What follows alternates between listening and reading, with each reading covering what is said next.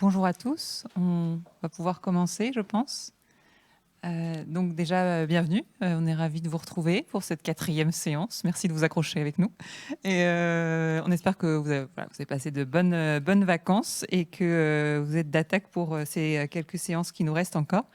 Donc cette séance sera consacrée au matériel dans le cadre donc, toujours du plan de sauvegarde des biens culturels. Avant de commencer, je voulais signaler qu'on a 4 intervenants. On a Stéphane Commenta du S10 33, Jean-François Duherté de la MISA, Éric Feuillet du S10 60 et Véronique Marchetti du CSTB qui nous font le plaisir, de nous accompagner pour cette séance en présentiel ou non, mais on est ravis pour ceux qui vont faire l'intervention en présentiel, qui puissent être là. Alors, avant de démarrer vraiment la séance donc 4, on va faire un petit retour sur la précédente séance avec donc un petit bilan d'avancement par rapport au questionnaire qu'on vous avait transmis sur le Google. Il y a eu 169 participants cette fois. Merci beaucoup à tous ceux qui ont pu participer, qui ont pris le temps de participer. Un petit peu moins que la dernière fois, mais quand même 169, donc on est ravis. Ce qui ressort en fait de tous les chiffres là que je vais vous présenter, on va les balayer assez vite parce que c'est une séance assez dense, donc on va essayer de gagner du temps un petit peu sur certaines choses. En fait, ce qui est beaucoup ressorti, et c'est un peu normal vu la période de l'année, hein, c'est que vous avez tous globalement manqué de temps avec les congés d'été, les expositions, etc. Donc peut-être que voilà, c'est des choses qui vous restent un petit peu à retravailler ou à faire tout simplement. Donc voilà, pour la première question, avez-vous identifié les différents espaces de repli, internes et externes, en prenant en compte les critères d'usage et d'accessibilité? Donc la majorité pour la majorité, la réponse est oui. Maintenant, pour ce qui est concrètement le report sur le plan général, là par contre c'est non, parce que faute de temps, etc. Et on comprend absolument. C'est des choses qui sont aussi plus fastidieuses à faire. Même question pour les zones de traitement. Là, pour le coup, c'est une majorité qui n'a pas pu faire ce travail-là d'identification. Et pareil, sur tout ce qui est l'équipement de ces espaces d'un point de vue sécurité, électricité, point d'eau. Voilà, il n'y a pas eu de grande prospection de fait. Ensuite, la 5e question, avez-vous listé et enregistré dans votre PSBC les modalités de mobilisation de la ou des zones de traitement externes? Là, pareil, majoritairement, vous n'avez pas eu le temps de le faire.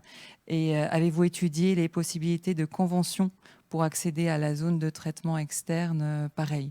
Parce que là, effectivement, c'était une séance, en fait, la séance 3, qui nécessitait de sortir un petit peu du musée, d'aller au contact des autres collègues des municipalités ou collectivités. Donc, ça implique, bien sûr, un plus grand cercle de personnes.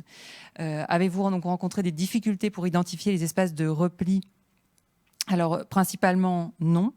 Et si oui, c'était intéressant. Il y a beaucoup de réponses détaillées qui disaient finalement un petit peu la même chose. Alors, soit le musée est un monument historique, donc le plan interne est complexe, donc toutes ces questions, effectivement, deviennent plus compliquées. Aux alentours, dans les centres-villes denses, souvent centre-ville historique, eh bien, trouver un local adéquat, c'est pas si simple. Difficulté donc de communication et de mobilisation des interlocuteurs, comme je vous l'évoquais précédemment, et difficulté de sécurisation du lieu de repli. Parce qu'effectivement, c'est pas forcément évident d'avoir quelque chose à côté, pas loin du musée, et en même temps tout à fait adapté à ce type de situation. Et puis évidemment, il y a le cas particulier des musées qui sont en travaux pour le moment. Donc ça ralentit bien sûr le déroulé. Et puis le manque de temps revient beaucoup. En fait, la principale difficulté, c'était ça. C'était que côté temps, c'était compliqué. Et avez-vous rencontré, pour la question suivante, des difficultés pour identifier les zones de traitement? Alors, pareil, pour identifier, non. Principalement non. Et si difficultés il y a eu, on retrouve toujours voilà, ces mêmes causes.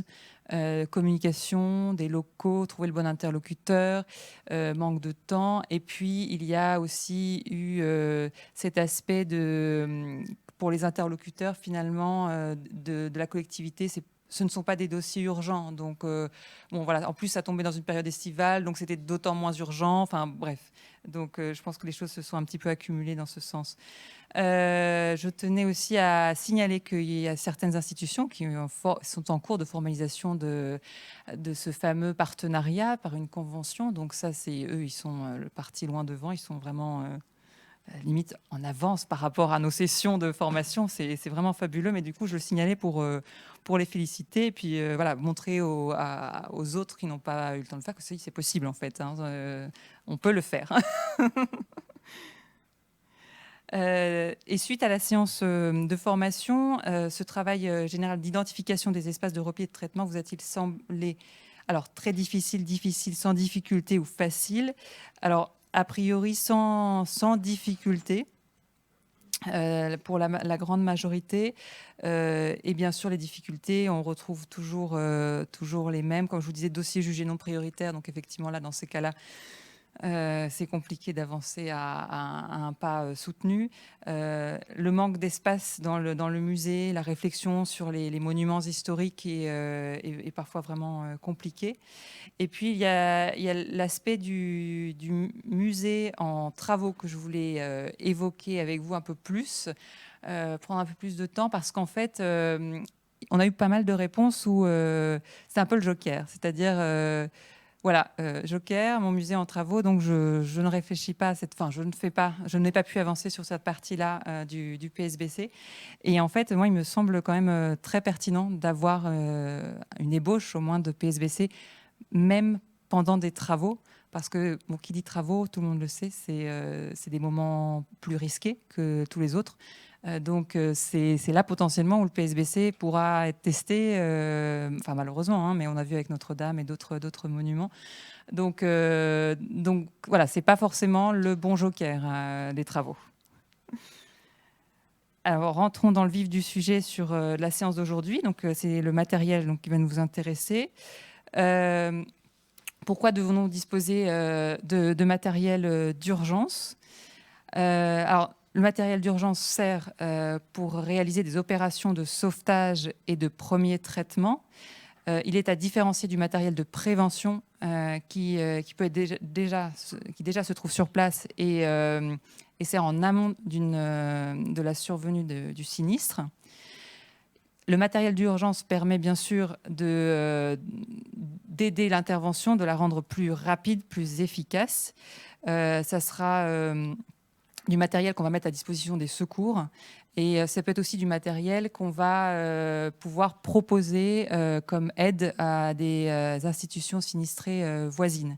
Par exemple, au C2RMF, on a pu aider lors de l'incendie de Notre-Dame avec un don de matériel qu'on a un fonds qui est disponible.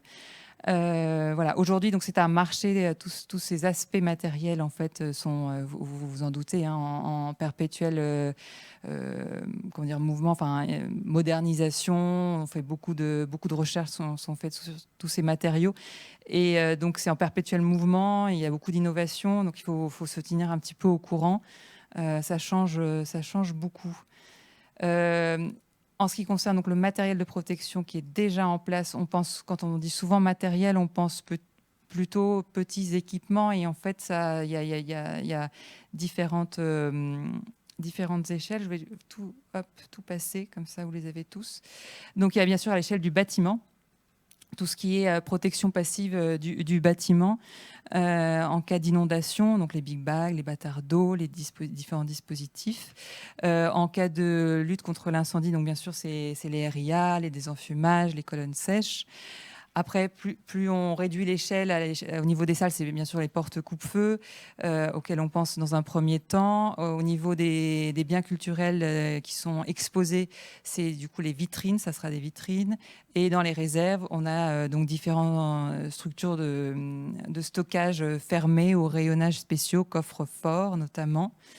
Et sur ces aspects-là, je voulais faire un petit zoom sur le compactus, donc qui concerne plutôt bien sûr les archives et les documentations, qui est c'est une protection passive au feu, car il limite l'apport d'air. Et puis il y en a qui sont même très très spécifiques, avec des résistances à l'incendie très élevées. Donc là, on va peut-être pas citer de marque, mais voilà, donc c'est des équipements très isolants qui peuvent vraiment ralentir et sauver de nombreux biens culturels.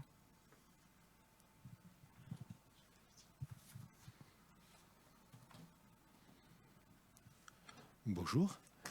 Nous voulions commencer aussi par énoncer quelques conseils d'ordre général. Tout d'abord, concernant l'acquisition du matériel.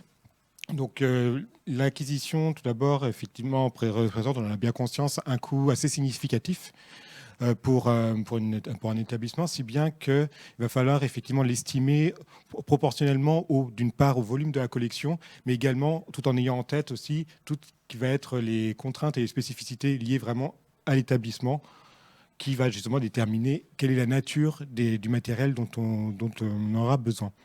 C'est pour ça aussi qu'il ne faut pas, et c'est ce que disait Martina en introduction, s'affranchir ou de moins des réflexions sur les éventuelles conventions qu'on peut passer avec les autres services de la collectivité dans laquelle on est amené à travailler.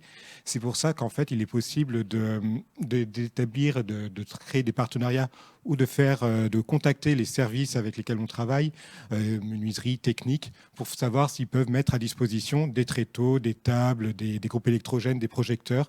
Donc tout ce matériel-là qui peut déjà exister dans d'autres services de la collectivité territoriale, peut-être qu'il pourrait être mis à disposition le jour d'un sinistre. C'est pour ça qu'à ce moment-là, il va falloir, pourquoi pas, établir un rendez-vous, visiter et déterminer quels sont le matériel dont vous pourrez avoir besoin, ce qui peut entraîner la formalisation d'une convention. Et dans le cas de cette formalisation, à minima devront apparaître nécessairement les typologies de matériel que vous souhaitez disposer, qu'ils soient prêtés ou mutualisés, mais également surtout les conditions d'accès. Est-ce que ce matériel-là peut-il être disponible rapidement, le week-end, le soir? Et si oui, à ce moment-là, vers qui se tourner pour pouvoir disposer de ce matériel? Qui a les clés? Donc tout cela devra apparaître au sein de la convention, au même titre que les conditions d'utilisation, sur quoi on s'engage, sur quoi l'établissement s'engage si jamais il met en place, il utilise ce matériel-là, et également les modalités de remboursement, de défraiement si jamais on utilise du consommable. À ce moment-là, il va falloir, pour le service qui a mis à disposition son matériel, de façon à ce qu'il puisse lui-même réenrichir, renourrir son fonds. Une fois le matériel acquis, toujours dans les conseils généraux, il va falloir assurer un bon suivi de ce fameux matériel. Donc le matériel doit être effectivement acquis, doit être conservé et uniquement conservé à cet usage. Il a été choisi en situation de crise, autrement dit, on va le sanctuariser pour ce sinistre qui est susceptible d'arriver ou non, et en tout cas on vous le souhaite que non. Si bien qu'en fait, au sein de ce matériel PSBC, il y aura le consommable d'une partie et d'autre part les équipements. Le consommable, lui, ne doit jamais être utilisé.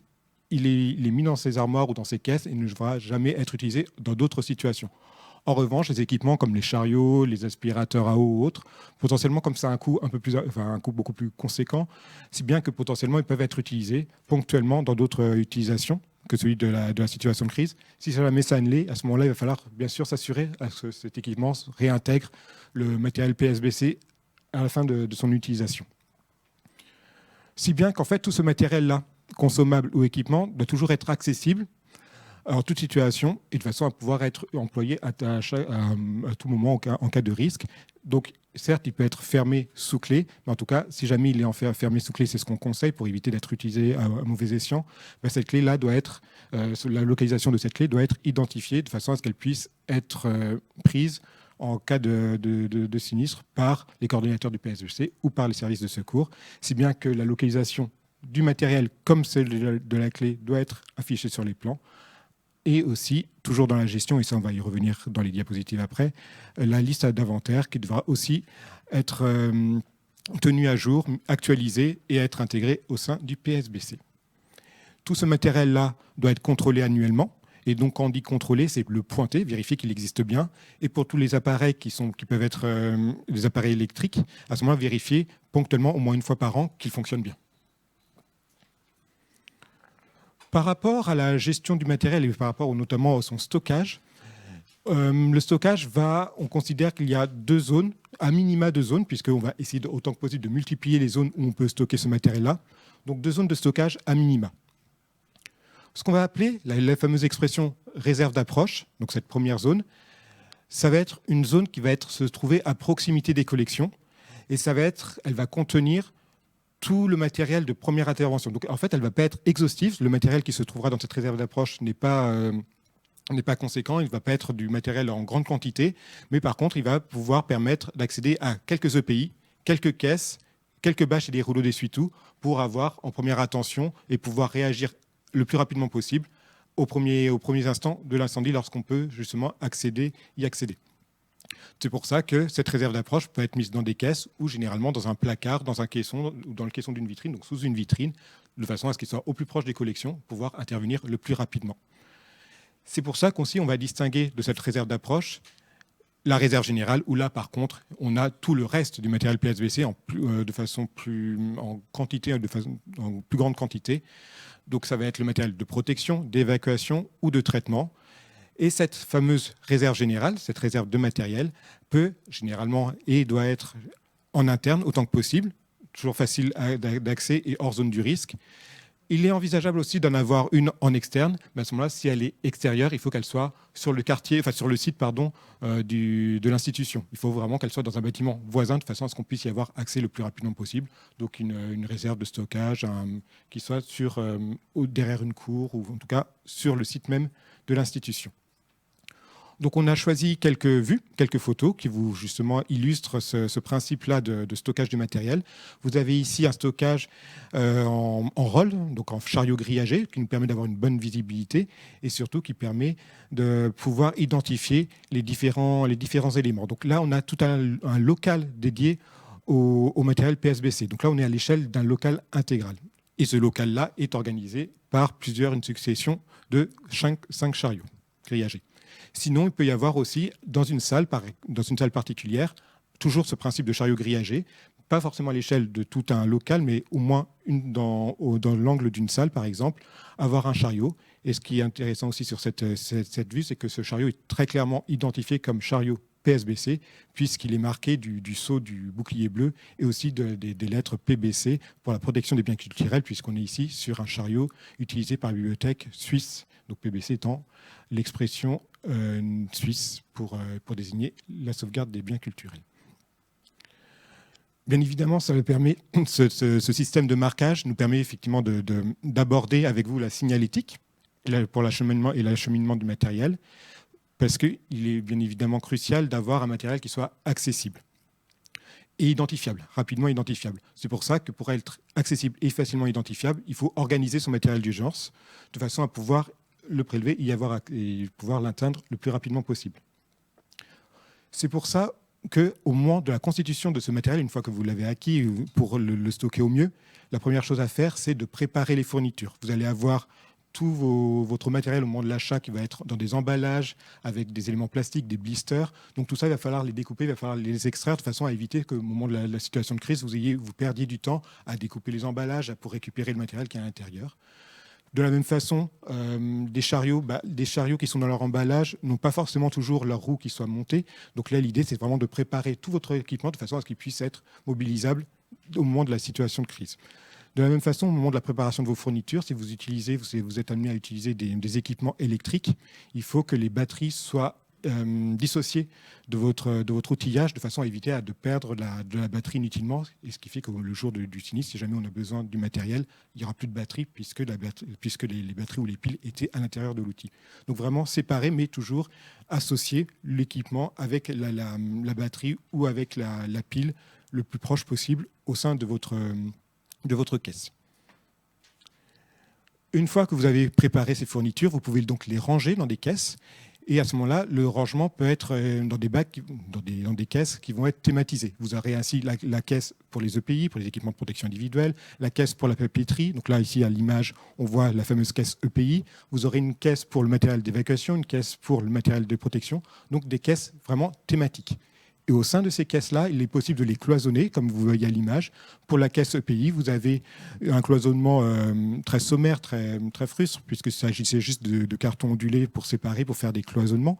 En tout cas, grâce à ce cloisonnement-là, on peut distinguer les blouses, des masques, des gants et des brassards aussi. Des brassards qui doivent être portés lors du PSBC pour distinguer les équipes. Et une fois que vous avez cloisonné, que vous avez rangé au sein de vos caisses votre matériel, il va falloir pouvoir aussi identifier votre caisse, la thématique de la caisse, depuis l'extérieur. C'est pour ça que l'image d'en dessous, vous voyez donc d'une part la caisse papeterie, mais vous voyez en haut de l'image le mode d'affichage. Sur cette caisse est placardée, est affichée la liste du matériel que contient la caisse. Pour deux raisons, non seulement pour déterminer le contenu, donc pour pouvoir prendre cette caisse-là en priorité en fonction de nos besoins, mais également pour faciliter aussi la tenue et le pointage du matériel. Parce qu'une fois que la crise est passée, au moment, en fonction du matériel qui aura été utilisé, il va falloir pointer, il va falloir à ce moment-là aussi réintégrer le matériel qui aura été utilisé. Donc le fait d'avoir la liste qui soit affichée directement sur la caisse nous permet de faciliter justement le pointage du matériel manquant ou perdu lors de la crise. Par rapport à toute cette signalétique, on a choisi également quelques photos, cette fois au musée du Louvre, puisque le musée du Louvre, l'équipe, la BSPP dans les salles du Louvre, lors de leur exercice, utilisent ce type de caisse. Donc ils ont des chariots pour déplacer, pour transférer les caisses de matériel. Et vous voyez ici à l'image les caisses de matériel employées par les pompiers, par la BSPP. Donc avec un petit zoom, là vous voyez très clairement que sur ces caisses-là, non seulement est affiché et estampillé du sceau, de la BSPP d'une part. On a également le logo du musée du Louvre, donc on sait à qui appartient ces caisses, on sait dans quel usage elles sont utilisées, pour quel usage, et vous avez aussi donc dans l'angle la liste du contenu de ces caisses. Ce qui amène justement ce qu'on avait dit, donc comme on a évoqué la liste du matériel au sein des caisses, forcément cette liste de matériel doit aussi être tenue à jour. Donc lorsque vous êtes amené à lister le matériel, à minima doit être intégrée la typologie, donc une colonne pour la typologie du matériel, une colonne pour la quantité exacte de ce matériel, une colonne pour la localisation du matériel. Donc ça, ce sont les colonnes à minima. D'autres colonnes supplémentaires peuvent être intégrées au sein de votre liste. Les coordonnées de votre fournisseur, également les références produits de façon à faciliter et avoir toujours le même type de produit s'ils ont fait leurs preuves au moment de vos exercices, autant se faciliter et gagner du temps au moment de vos commandes. Donc à ce moment-là, toujours utiliser les mêmes références, ça peut être beaucoup plus pratique. C'est pour ça aussi qu'au sein de l'application PSBC du C2RMF qu'on a versé donc, qui est en ligne, qui est gratuitement téléchargeable en ligne, vous avez un onglet. Donc, parmi les différents onglets, vous avez un onglet dédié à la liste de matériel. Donc, il y a plus de 90 références. Et chaque ligne correspond à une référence. Et comme vous pouvez le voir à l'écran, vous avez des colonnes. Donc, toutes les colonnes marron sur la gauche correspondent à ces fameuses références, avec la localisation. Donc, en colonne F, vous avez la localisation. En colonne C et D, en C, vous avez la quantité idéale qu'il faudra avoir. La quantité E, c'est la quantité réelle, c'est-à-dire qu'une fois le pointage fait, comme ça, on peut faire un différentiel. C'est pour ça que les colonnes H et I permettent de déterminer automatiquement ce qui manque, le matériel manquant. Tant que c'est vert pour la colonne H, ça veut dire qu'il n'y a pas de matériel manquant, mais comme vous pouvez le voir sur la seconde ligne, il manque 5 matériels, effectivement. Idéalement, il en faudrait 20 sur cette seconde ligne. Actuellement, on en a 15. Autrement dit, automatiquement, l'application détermine qu'il en faut 5, ce qui va avoir derrière une conséquence sur la budgétisation des commandes à faire, puisque lorsqu'on regarde les colonnes K, A, Q, nous avons 3 fournisseurs possibles pour réalimenter notre fonds au PSBC. Donc vous avez chaque ligne des références proposées avec le prix. Donc vous avez le prix moyen de chaque produit. Ce qui fait qu'en multipliant le coût moyenné du produit concerné par rapport au nombre d'objets manquants ou par rapport au nombre du produit manquant. Automatiquement, l'application détermine le budget à consacrer pour ce type de matériel, ce qui fait que vous avez en colonne AD automatiquement la budgétisation qui peut se faire sur l'année N+1. Donc tout ça, ça vous permet de faciliter, de gagner du temps pour estimer les coûts dans votre budget. Nous n'allons pas les projeter faute de temps, mais en tout cas, vous avez aussi, pour illustrer tout ce propos-là lié au matériel, 2 vidéos qu'on a souhaité mettre en exergue, qui concernent justement les caisses gerbables utilisées par, d'une part, le musée du Louvre ou par le musée d'ethnographie de Genève, dans lesquelles donc, vous pourrez retrouver ce lien et visionner ces vidéos. De fait, aussi, par rapport à tout ce matériel-là, par rapport à tous ces conseils généraux et la façon d'utiliser, d'assurer le suivi de ce matériel-là, nous voulons aussi revenir sur les critères pour choisir le matériel. Donc vous allez avoir une série de critères, on en a dénombré 7 critères pour choisir son matériel, 3 critères de nature contextuelle.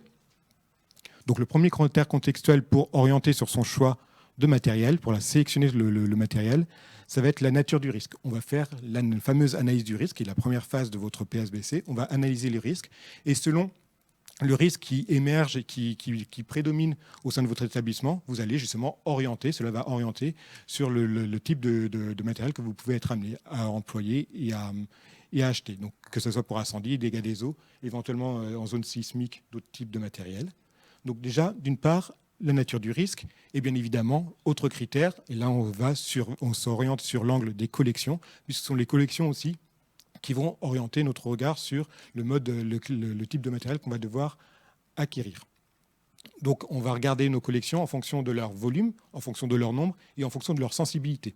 Et en fonction de ces 3 paramètres-là, on va pouvoir choisir tel ou tel matériel. Et aussi, n'oublions pas aussi d'intégrer aussi à nos réflexions la localisation de ces collections. Si ces collections se trouvent en vitrine, en étagère, en armoire fermée, le mode la réaction et le matériel qui va devoir être mobilisé ne sera pas forcément le même.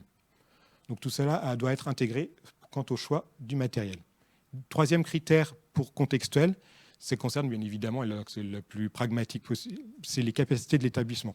Effectivement, de façon pragmatique, tout va dépendre aussi, votre choix va dépendre du budget que vous pouvez allouer par rapport à l'achat de ces ressources matérielles. Donc tout va dépendre de votre budget, mais également aussi des ressources humaines qui vont pouvoir aussi le mettre en place. Si vous n'avez qu'une personne qui peut agir, avoir des équipements bien trop lourds, forcément il va y avoir une incompatibilité avec l'usage au moment du sinistre. À cela s'ajoutent donc 4 autres critères, et cette fois ce sont des critères qui sont vraiment afférents au matériel lui-même. Donc le critère d'usage, bien évidemment, selon l'utilisation, selon la phase de la gestion de crise, si on est en évacuation, en protection ou en intervention post-sinistre, à ce moment-là, forcément, la nature du matériel ne sera pas la même. Donc selon la phase du sinistre, de la gestion du sinistre, forcément, on va avoir des matériels différents. Certains matériaux, comme les bâches en polyéthylène, vont pouvoir être utilisés à chacune de ces étapes. Par contre, d'autres éléments ne le seront pas forcément. Donc l'usage, les propriétés, effectivement, inhérentes à chacun de ces matériels. Donc les qualités et les performances de ces matériels vont vont contribuer à la réflexion sur le choix et orienter le choix d'un matériel plutôt qu'un autre, notamment en fonction du sinistre qui va prédominer. Si c'est un sinistre incendie, à ce moment-là, on va être beaucoup plus vigilant sur la résistance au feu du matériel qu'on sera amené à choisir. Bien évidemment, toujours par rapport à la praticité, on va aussi utiliser des outils qui vont être le plus simple et le plus standard. Plus c'est simple, plus ça sera fonctionnel. Autrement dit, dans le but de gagner du temps, on va être amené à employer des outils très simples d'emploi. Notamment puisque au moment d'une situation de crise, on n'aura pas forcément tout notre esprit, si bien qu'il va falloir avoir des outils qui soient très simples d'emploi. Enfin, dernier critère, c'est aussi le critère d'autonomie. Autant que possible, on va éviter d'utiliser des outillages électriques, puisque comme les batteries peuvent se décharger entre l'acquisition et le moment du sinistre, elles peuvent être donc déchargées. Et également, il faut se souvenir aussi qu'en situation de crise, l'électricité a pu être coupée. À défaut d'électricité, on ne pourra pas forcément brancher nos appareils. Donc on va autant que possible utiliser des outils non électriques. Merci Jocelyn. Alors, bonjour à tous. Pour illustrer les propos de Jocelyn, passer de la théorie à la pratique, on va partir sur un petit retour d'expérience. Et pour pouvoir calibrer les besoins qui vont être nécessaires pour commander ce matériel, on va se poser une question. Et cette question, c'est de s'imaginer dans une situation d'urgence et de se dire de quoi ai-je besoin maintenant ? Dans un contexte dégradé, quels sont les éléments les plus utiles qui me sont absolument nécessaires pour pouvoir démarrer la phase post-sinistre ? Alors, on va faire un rapide retour dans le temps au moment du passage des cyclones Irma, José et Maria en 2017 sur l'île de Saint-Martin, où les archives territoriales avaient été très fortement impactées.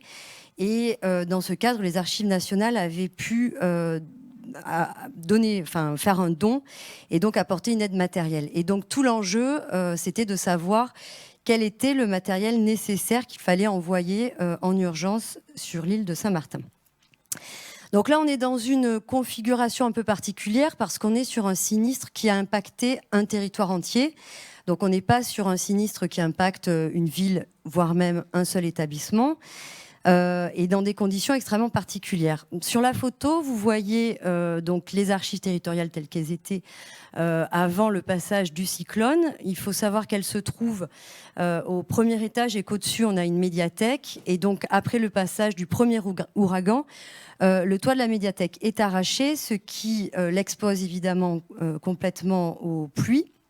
Et la partie inférieure reste pour le moment plus ou moins protégé, mais vous voyez quand même que sur les photos, l'impact est quand même significatif. Donc on n'a plus de réseau terrestre, plus d'eau, plus de route, plus de téléphone, ni d'électricité.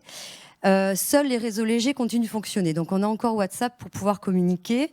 Et donc la première nécessité à ce moment-là, c'est l'électricité. C'est de pouvoir faire fonctionner tous les appareils possibles.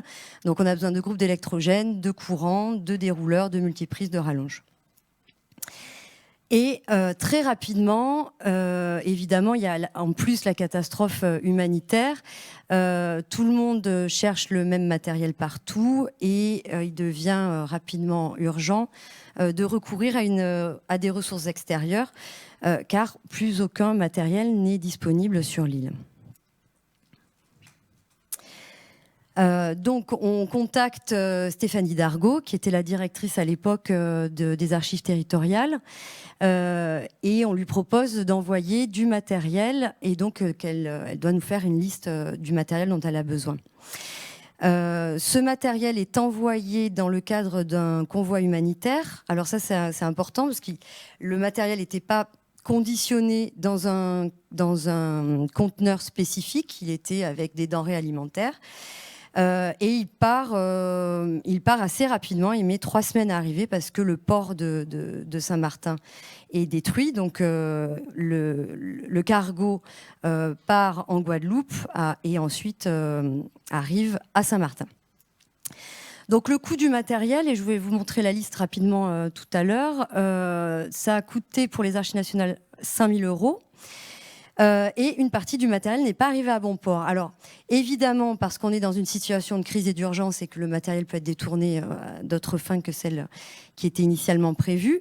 Et puis aussi, ça va vous donner une idée de ce qui est vraiment utile, parce que ce qui était déjà utile pour notre collègue l'a été aussi pour les personnes qui ont détourné le matériel. Donc, c'est pour vous dire que c'était vraiment du matériel vraiment important. En noir, vous avez les besoins de notre collègue, donc sa liste de ce dont elle avait besoin. En bleu, ce à quoi on a pu répondre, et en vert, ce qui est arrivé, en rouge, ce qui n'est pas arrivé. Alors vous voyez que ce qui n'est pas arrivé, le groupe électrogène, l'essence, les aspirateurs à eau, les ventilateurs, certaines boîtes, enfin les couvercles de boîtes, ça c'était un peu étonnant, et les diables et chariots. Donc déjà tout ce qui a un peu de valeur et puis ce qui est vital en fait, c'est-à-dire l'électricité et les appareils qui permettent d'améliorer le confort ou les situations. Ensuite, ce qui lui a été fort utile, et c'est là elle nous a dit que c'était vraiment ce qui lui aura permis de redémarrer, c'est toute la partie EPI pour pouvoir travailler. Donc tout le dernier encart en bas à droite et le matériel de photos, prise de notes et les caisses qui se trouvent en bas là, de conditionnement. Donc les DIMAB, c'est des cartons d'archives qui arrivent pliés et qui peuvent être montés rapidement. Donc ça, c'est ce qui était vraiment très utile pour eux pour pouvoir démarrer dans l'urgence. Voilà, donc on part sur un scénario un peu catastrophe, mais ça permet de vous montrer finalement les clés, les éléments les plus importants pour pouvoir se relever dans les meilleures conditions. Donc la liste que je vous présente ici, c'est une liste non exhaustive de matériel qu'il nous semble utile d'acquérir. Elle est reprise dans l'application que Jocelyn vous a montrée. Donc je vais passer rapidement dessus. Évidemment, tout ce qui relève de la protection individuelle est indispensable. En rouge, c'est ce qu'on considère comme étant indispensable. En orange, ce qui peut être acquis si on a un peu de moyens. Et puis en vert, là, c'est vraiment grand luxe. Le matériel de prise de notes pour le briefing, le matériel d'évacuation. Alors là, vous pouvez acheter des bacs, ça sans problème, des palettes plastiques. Après, pour tout le reste du matériel un peu plus gros, les rôles, donc les étagères grillagées mobiles, les diables, les échelles télescopiques, c'est bien, mais si vous n'en avez pas, c'est pas grave non plus. Ce qu'il faut, c'est d'avoir des petits contenants qui permettent déjà le transport des œuvres. Le matériel de protection, alors les rouleaux de polyane, vous pouvez aussi en acheter en quantité, ça servira toujours, même pas forcément en cas d'urgence, c'est du matériel de base. Les bâches inifugées, on va avoir un petit focus tout à l'heure, donc je ne vais pas m'étendre sur le sujet.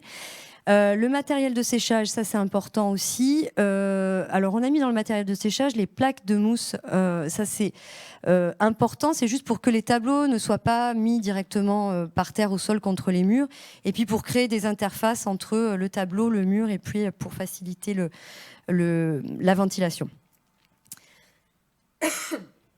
Concernant le matériel de traitement, c'est du matériel basique, des gommes, du Bolloré, des sacs de congélation, les gants nitrile. Et le matériel de régulation du climat, ventilateurs, déshumidificateurs, enfin ce qu'on connaît en conservation. Et le matériel d'hiver. Alors ça, c'est important, les rallonges, on n'y pense jamais, mais c'est primordial. Des ciseaux, des sacs poubelles, des projecteurs, de la lumière aussi, parfois c'est utile. Et si on peut, un groupe électrogène. Alors, on va faire un petit point sur certains types de matériel avec des petits trucs et astuces. Sur les caisses, que donc vous pouvez acheter en nombre. On vous conseille de ne pas les numéroter. Pourquoi ? Parce que quand vous allez commencer à faire du transport et à évacuer les œuvres d'un point A à un point B, vous allez avoir besoin de ces caisses pour la traçabilité. Et ces caisses seront affectées d'un numéro et parfois elles vont pouvoir être réutilisées. Donc si vous avez pré-numéroté les caisses en amont, ça va risquer de poser problème ensuite sur la traçabilité. Donc on vous conseille simplement de mettre soit le logo de votre établissement, soit de rien mettre nécessairement, mais en tout cas de ne pas mettre de numéro. Il faut savoir aussi que les bacs pliables sont moins résistants que les bacs gerbables standards. Donc là, désolé, c'est un peu la partie télé-shopping que je vais animer pendant 5 diapos. Voilà, donc les bacs pliables sont un peu moins résistants. Et il va falloir faire attention aussi au remplissage des caisses sans les remplir forcément à ras-bord. Et donc en gardant en tête que 10 kilos, c'est déjà une charge suffisante. Pour ce qui est des outils d'évacuation des collections, les œuvres qui sont encadrées ou fixées, suspendues au mur, la dépose, elle se fera de plusieurs manières. Soit elles seront dévissées, si on a le temps, et si c'est approprié de le faire, soit en arrachant les pattes du cadre de la simèse, en décrochant le cadre des pitons ou en coupant les baguettes d'accrochage. Alors pour ce faire, il y a plusieurs possibilités.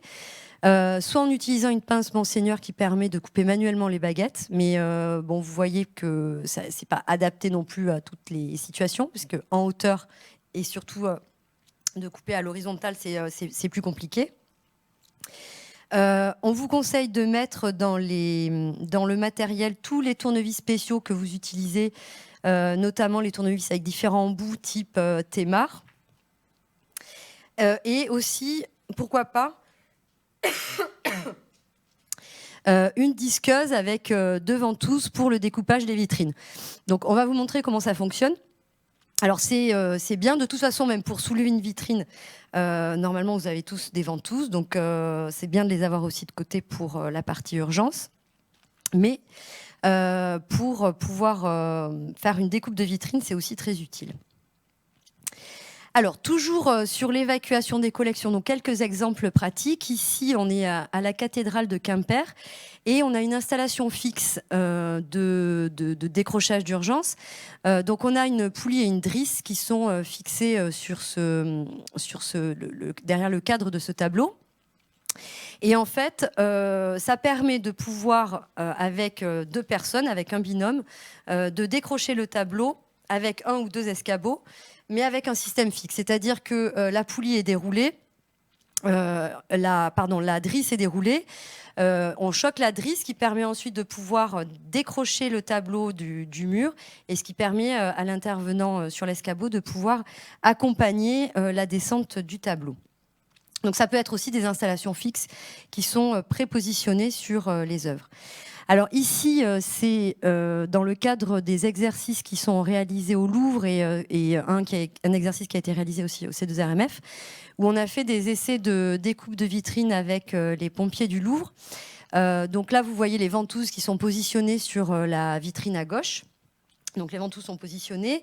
L'intervenant fait la découpe autour des ventouses, ce qui permet de retirer la partie découpée et ensuite d'accéder assez rapidement aux œuvres qui se trouvent à l'intérieur. Donc le temps de découpe, il est assez rapide, hein, il est d'environ 1 minute à peine.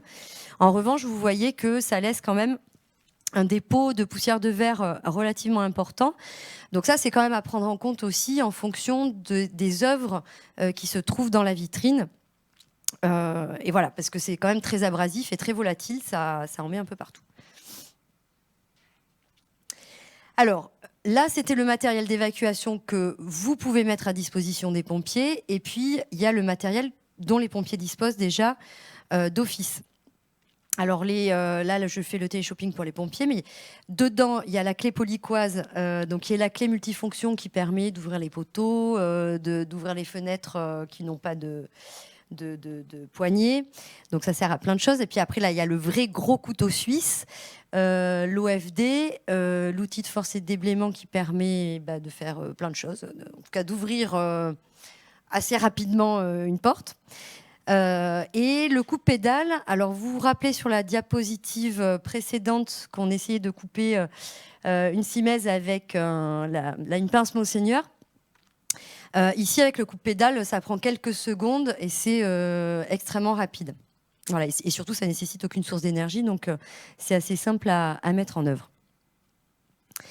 Alors, sur la partie évacuation, sur la partie déshumidification, donc la partie, on va dire, un peu plus traitement, ce qui est intéressant d'avoir aussi, on a quasiment tous des déshumidificateurs. Si on n'en a pas, c'est bien d'en acheter, parce que c'est pareil, c'est toujours utile, et puis on peut avoir des petits dégâts qui nécessitent, ou des fluctuations d'humidité qui nécessitent qu'on en ait. Sur des gros sinistres, il est préférable d'utiliser des déshumidificateurs type déshumidificateurs de chantier ou déshydrateurs qui vont avoir une grosse capacité d'absorption et qui vont permettre de faire baisser le taux d'hygrométrie assez rapidement. Alors, nous, on est en conservation préventive, vous êtes au C2RMF, on fait toujours très attention au climat et aux variations, à l'acclimatation, etc. Là, on est dans une démarche un peu différente, c'est-à-dire que ce qu'on veut, c'est éviter qu'on ait des développements généralisés de moisissures en 48 heures, on en a. Il y en a quasiment inéluctablement dans tous les sinistres. Donc l'idée, c'est d'arriver à faire baisser très rapidement le taux d'hygrométrie. Donc il faut quand même garder en tête qu'on va essayer de faire en sorte que que cet abaissement de l'humidité soit contrôlé. Néanmoins, on va viser quand même des humidités assez basses, autour de 40%, 45-40% d'humidité relative. Donc il faut quand même aussi avoir en tête que ça peut avoir un effet délétère sur certains documents fragiles, notamment les photographies, qui pourront tuiler, ou des gondolements sur tous les arts graphiques, enfin ce qui va être matériaux sensibles. Mais on va mettre dans la balance l'objectif de ce qu'on veut. Ce qu'on veut, c'est arriver à contenir les dégradations. Donc, traiter des photographies tuilées, c'est plus simple que de traiter des volumes énormes d'œuvres qui auront été atteintes par les moisissures. Donc voilà, sur ces petits éléments, ces points un peu de focus qu'on voulait vous donner sur le matériel. Donc là, on va en faire un qui est un peu plus étoffé, un peu plus développé sur les bâches, parce que ça, c'est quand même un gros sujet. Donc je vais donner la parole à Jean-François Duhart, qui est arrivé récemment à la MISA, la mission Inspection Sécurité Sûreté Audit du ministère de la Culture, qui remplace Laurent Fuentes. Donc je lui cède la parole et il va faire une petite présentation sur les bâches, qui sera ensuite complétée par Véronique Marchetti.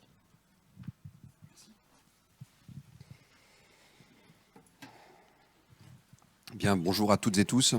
Donc, je suis Jean-François Duhart. J'appartiens à la brigade de sapeurs-pompiers de Paris et je suis détaché depuis cet été donc, au ministère de la Culture, au sein de la mission Sécurité, Sûreté et Audit. Et je suis en charge des musées de France, donc sur tout le territoire national. Et j'ai eu la chance, il y a quelques années, de passer par le musée du Louvre. Donc, c'est pour ça qu'on m'a demandé de faire cette intervention sur les bâches aluminisées, pour vous présenter ce matériel un peu atypique. Donc, ce que je vous propose, c'est de vous faire une présentation en 5 points. Tout d'abord, vous montrer que les bâches aluminisées, ce n'est pas une idée nouvelle. Tout à l'heure, en introduction, il vous a été dit que le matériel évolue, c'est la vérité. Et celui-là de matériel, il évolue depuis plus de 20 ans.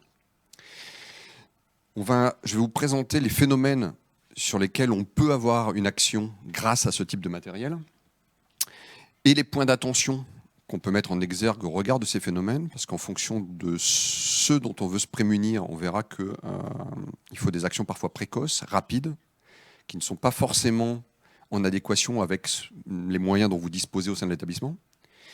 Ce qui nous amènera à dire, mais qui peut mettre en œuvre ces bâches ?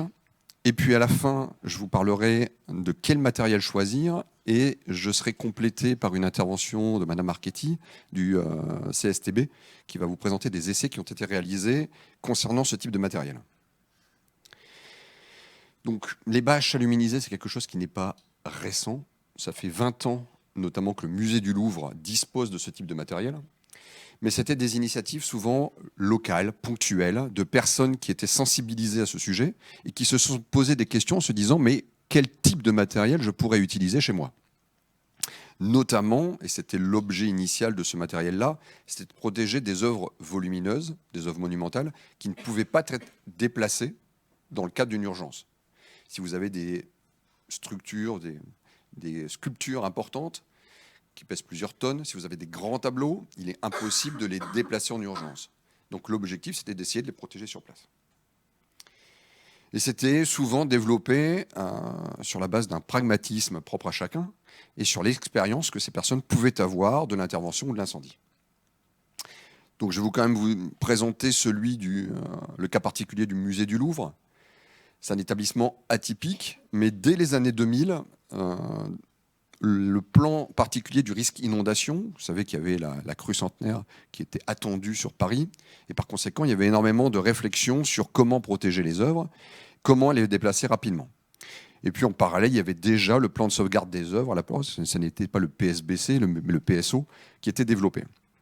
La particularité du Louvre, c'est qu'il y a un détachement de sapeurs-pompiers de Paris. La BSPP est proactive en matière de préservation du patrimoine puisque ça fait une trentaine d'années qu'elle défend une dizaine de grands établissements sur la région parisienne. C'est-à-dire que ces grands établissements ont des pompiers de Paris à demeure mis en service de sécurité incendie conformément à ce qui est prévu par le règlement de sécurité dans l'article MS 46.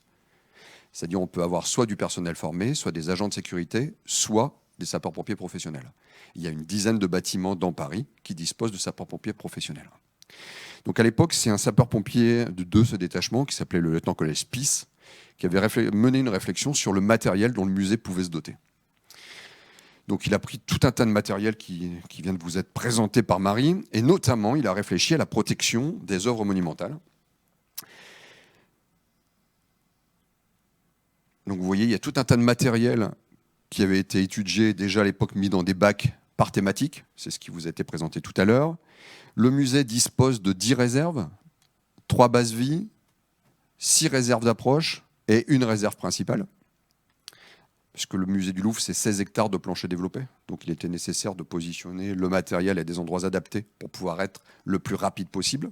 Et vous aviez des photos qui illustrent le conditionnement de l'époque, qui est assez éloigné de celui qui vous a été montré tout à l'heure en introduction, qui était le conditionnement d'aujourd'hui.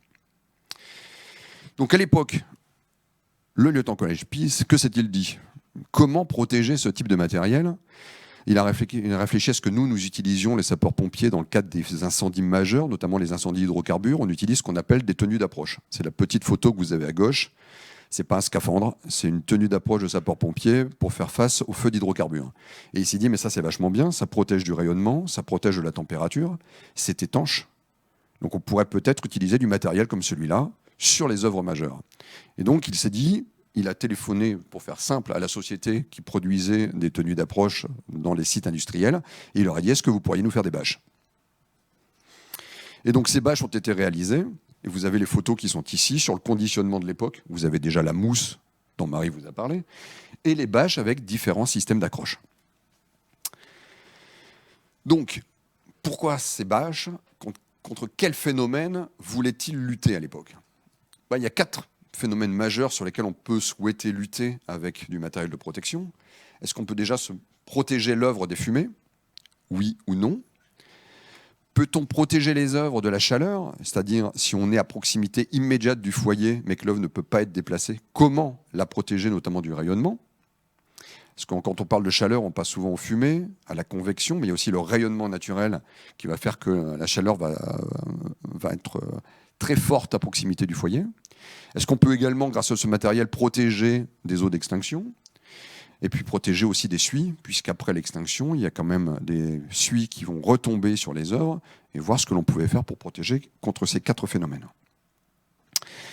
Pour répondre à ces 4 phénomènes, il est important, je pense, de comprendre la cinétique de l'incendie et l'intervention des services d'incendie et de secours. Bon, la cinétique de l'incendie, elle est variable en fonction du volume concerné, du potentiel calorifique. Il y a tout un tas de facteurs qui vont influencer la cinétique de l'incendie.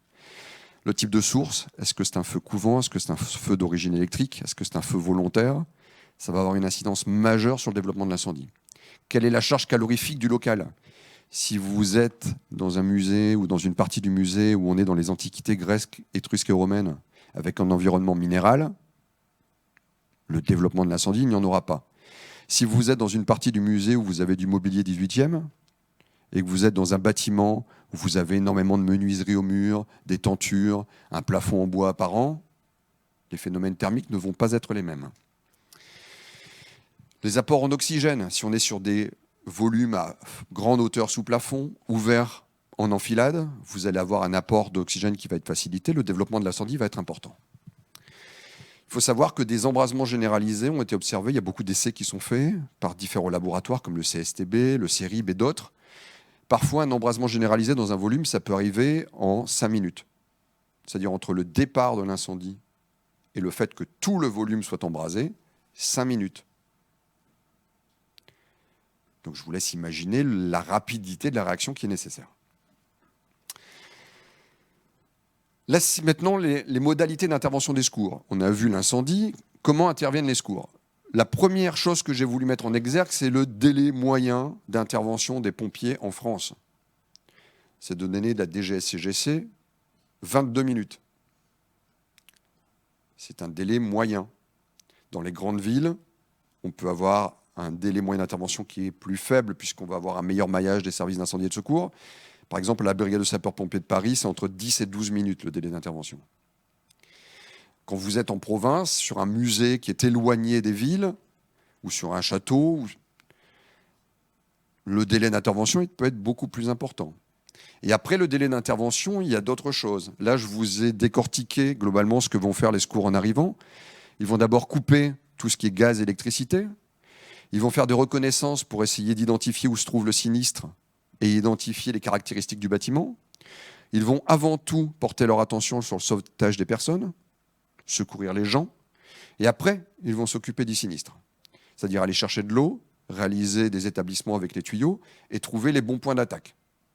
Pour faire simple, entre les 22 minutes plus la mise en œuvre de tout cela, on peut dire qu'en 45 minutes, les pompiers vont avoir de l'eau et vont avoir une action efficace sur le foyer. Par conséquent, si on est dans un environnement qui est propice à un développement rapide de l'incendie, tout à l'heure je vous ai dit 5 minutes, il est certain que la mise en œuvre du matériel de protection dans les volumes initiaux, ça va être compliqué. Et donc le sauvegarde des biens culturels n'arrive qu'après, avec d'autres pompiers qui arrivent en renfort et qui vont s'accaparer du sujet, récupérer le matériel que vous aurez à disposition, de manière à pouvoir protéger ce qui peut l'être. Donc en l'absence d'une action immédiate, notamment du personnel de l'établissement, dans le volume initial, il n'y a pas grand-chose qui va pouvoir être sauvé. Donc le type de matériel dont on est en train de parler, il est adapté à des établissements qui peuvent avoir une réaction rapide ou à des établissements qui se trouvent à proximité immédiate de casernes de sapeurs-pompiers pour qu'ils puissent agir rapidement. Lutter contre les fumées. Ce que je vous ai dit, les fumées, l'embrasement généralisé, c'est 5 minutes. Les fumées, c'est plus tôt. On a des rétextes sur certains établissements à l'étranger où des films montrent que la fumée peut envahir complètement un local en moins d'1 minute 30. Donc si on veut protéger des œuvres contre les fumées, il faut avoir une action dans la minute 30. Donc si vous n'avez pas de personnel sur place, si vous n'avez pas de système de détection incendie, c'est impossible. Et ensuite, même si jamais on arrive à être rapide, après il faut mettre en œuvre le matériel et obtenir une étanchéité aux fumées en mettant en place du matériel d'intervention. Ça n'est pas simple. Je prends le cas par exemple des tableaux. Mettre des bâches sur un tableau et essayer de faire que la bâche soit étanche, alors qu'à l'arrière du tableau, vous avez des systèmes d'accroche, ça ne va pas être simple. Donc il faut penser à ces éléments-là. La chaleur, oui, là aussi, il faut être rapide. Il faut qu'on utilise des matériaux qui soient résistants au feu. Si vous mettez une bâche en polyane, elle va fondre, voire elle va participer au développement de l'incendie. Dommage. Des matériaux qui ne sont pas conducteurs, c'est-à-dire que le but, c'est que si le matériau chauffe, il faut qu'il garde la chaleur à son niveau et qu'elle ne soit pas transmise à ce qui est protégé derrière. Et le rayonnement, là c'est pareil, le rayonnement c'était quelque chose qu'il fallait prendre en considération. Protéger des eaux d'extinction, il faut éviter les matériaux non absorbants. Tout à l'heure j'ai entendu parler de bâches inifugées. Par exemple, si on met du coton gratté, ça va prendre l'humidité, ça ne va pas laisser paler plein de choses, c'est inifugé, mais ça ne va pas protéger votre œuvre. Et comment on le met en œuvre rapidement? Et pour les dépôts de suie, il y a plusieurs sujets. C'est surtout la modalité de mise en œuvre du matériel et surtout de son retrait. Parce que la suie, elle va être déposée sur votre équipement de protection. Si au moment où vous l'enlevez, vous déposez la suie sur l'œuvre que vous protégez, c'est dommage. Et parce que ce matériel souvent va être mis en œuvre par les sapeurs-pompiers, il faut penser à la résistance du matériel. Non pas parce qu'on est des bourrins, même si certains le disent, mais parce qu'on intervient dans l'urgence, et comme on intervient dans l'urgence, on fait les choses vite. Et si on fait les choses vite, il est préférable d'avoir des bâches qui résistent un peu. Parce que sinon, au moment où on la pose, on la déchire, il faut recommencer l'opération, ça prend du temps. Donc, au regard de tout ce qui vient d'être dit, ces bâches, elles ont un véritable intérêt. Elles ont un véritable intérêt si vous êtes en mesure d'intervenir rapidement, soit en interne, comme le musée du Louvre, soit si vous êtes certain que les sapeurs-pompiers pourront intervenir rapidement dans votre établissement. Elles sont utiles si vous avez des œuvres monumentales à protéger et que vous vous dites on ne sera pas capable de les déplacer, il faut les protéger sur place. Néanmoins, même si ce sont les sapeurs-pompiers qui vont les utiliser en priorité, si votre établissement dispose d'équipes en mesure d'utiliser le matériel, c'est bien de les y former aussi. Donc, il me reste 2 minutes. Pour ce matériel très spécifique, vous devez vraiment réfléchir à la pertinence de l'achat, en liaison notamment avec le service départemental d'incendie et de secours. Il faut que vous sachiez qu'aujourd'hui, les services d'incendie et de secours se dotent pour la plupart de ce type de matériel. Ils mettent en place du matériel dans des containers adaptés, et ce type de matériel fait partie des dotations. La brigade de sapeurs-pompiers de Paris en a, en plus de ceux qui sont dans les établissements protégés. Après, il faut trouver un équilibre entre le niveau de protection voulu, la facilité de mise en œuvre du matériel et son coût. Lorsque le collège PIS, à l'époque, avait mis en place le matériel, il ne s'était pas trop intéressé aux questions du coût. Aujourd'hui, on y fait beaucoup plus attention. Les principaux critères, la réaction au feu. La réaction au feu, c'est comment le matériel se comporte en tant qu'aliment de l'incendie. Donc il ne faut pas qu'il participe au développement de l'incendie. Donc il faut des critères de réaction. M0, c'est un combustible, ou M1, c'est ininflammable. Il faut que ça résiste à la chaleur radiante. Donc là, il y a des critères de classement qui sont normés. Du C3 ou du C4, c'est bien. Il ne faut pas qu'il soit conductible, c'est-à-dire que si le matériau chauffe, il ne faut pas que la chaleur soit transmise dans les couches du matériel, pour ne pas que l'œuvre soit impactée. Il faut qu'il résiste à l'attraction. Là aussi, vous avez des normes qui vous précisent les modalités de résistance à l'attraction. Il faut penser au poids du matériel, à la taille des bâches, parce que si vous utilisez des bâches, il faut qu'elles soient modulables. Vous allez avoir des tableaux de dimensions variées. Au Louvre, par exemple, les noces de Cana, c'est un petit tableau qui pèse 3,5 tonnes et qui doit faire dans les 6 mètres par 8, quelque chose comme ça. Donc il faut du matériel adapté. Une grande bâche, ça n'est pas adapté. Et il faut penser au système d'accroche, parce que ces bâches, il va falloir les utiliser, il va falloir les mettre en œuvre, et l'accroche n'est pas si simple. Je vous ai mis 2 comparaisons. Les bâches du Louvre en 2003, les bâches du Louvre en 2023. En 2003, 500 grammes par mètre carré. Aujourd'hui, 135 grammes. C'est quand même beaucoup plus léger. Donc, par exemple, pour une bâche de 6 par 8, ça faisait 24 kg à l'époque, ça fait 6 kg aujourd'hui. Même pour l'œuvre qui est protégée, mettre une bâche de 24 kg, il y a certains tableaux qui pouvaient ne pas aimer. À l'époque, elle avait une protection pour la chaleur radiante qui était C3, aujourd'hui c'est C4, donc une meilleure protection contre la chaleur radiante. La même chose pour la chaleur convective. La propagation aux flammes, donc on est toujours sur du A1, donc c'est de l'incombustible. Résistance mécanique, la bâche de l'époque était beaucoup plus résistante que celle d'aujourd'hui. Mais comme aujourd'hui, il y a beaucoup plus d'essais, beaucoup plus d'exercices, les pompiers sont plus sensibilisés à la mise en œuvre de ce type de matériel. Et donc, on a pu réduire un peu sa résistance mécanique. Et puis, forcément, elle était étanche à l'eau. Un exemple de mise en œuvre de ce matériel au Louvre en 2003. J'ai repris en 2023 une photo qui me semblait intéressante, un autre tableau protégé. Vous voyez qu'on utilise toujours le même matériel. Les escabeaux, ils ont juste changé d'aspect. Ils sont plus jolis aujourd'hui. Et derrière, là, vous avez des tableaux, des œuvres monumentales et des vitrines sur lesquelles on est venu mettre en place ce matériel de protection. Là encore, au Louvre, l'intérêt, c'est d'avoir des sapeurs-pompiers professionnels directement sur place. Il y a 13 sapeurs-pompiers professionnels H24 au musée du Louvre. Donc ça facilite la mise en œuvre rapide de ce type de matériel. Et en 16 minutes, j'en aurais terminé. Le CSTB a réalisé des essais pour qualifier un petit peu toutes les bâches qui existent aujourd'hui sur le marché, puisqu'il y a plusieurs fournisseurs qui vous les proposent. Et ces essais leur ont permis de définir certaines qui ont des critères intéressants et d'autres qui en ont moins. Et puis ils vont vous les présenter. Donc je vais laisser la parole à Madame Marchetti. Et puis il y aura les questions qui se font juste après, c'est ça ? Parfait. Merci beaucoup Jean-François. Donc on va accueillir Véronique Marchetti pour son retour. Elle va nous faire un retour sur les essais qui ont été menés au CSTB dans le cadre de l'étude mandatée par la Fédération nationale des sapeurs-pompiers de France.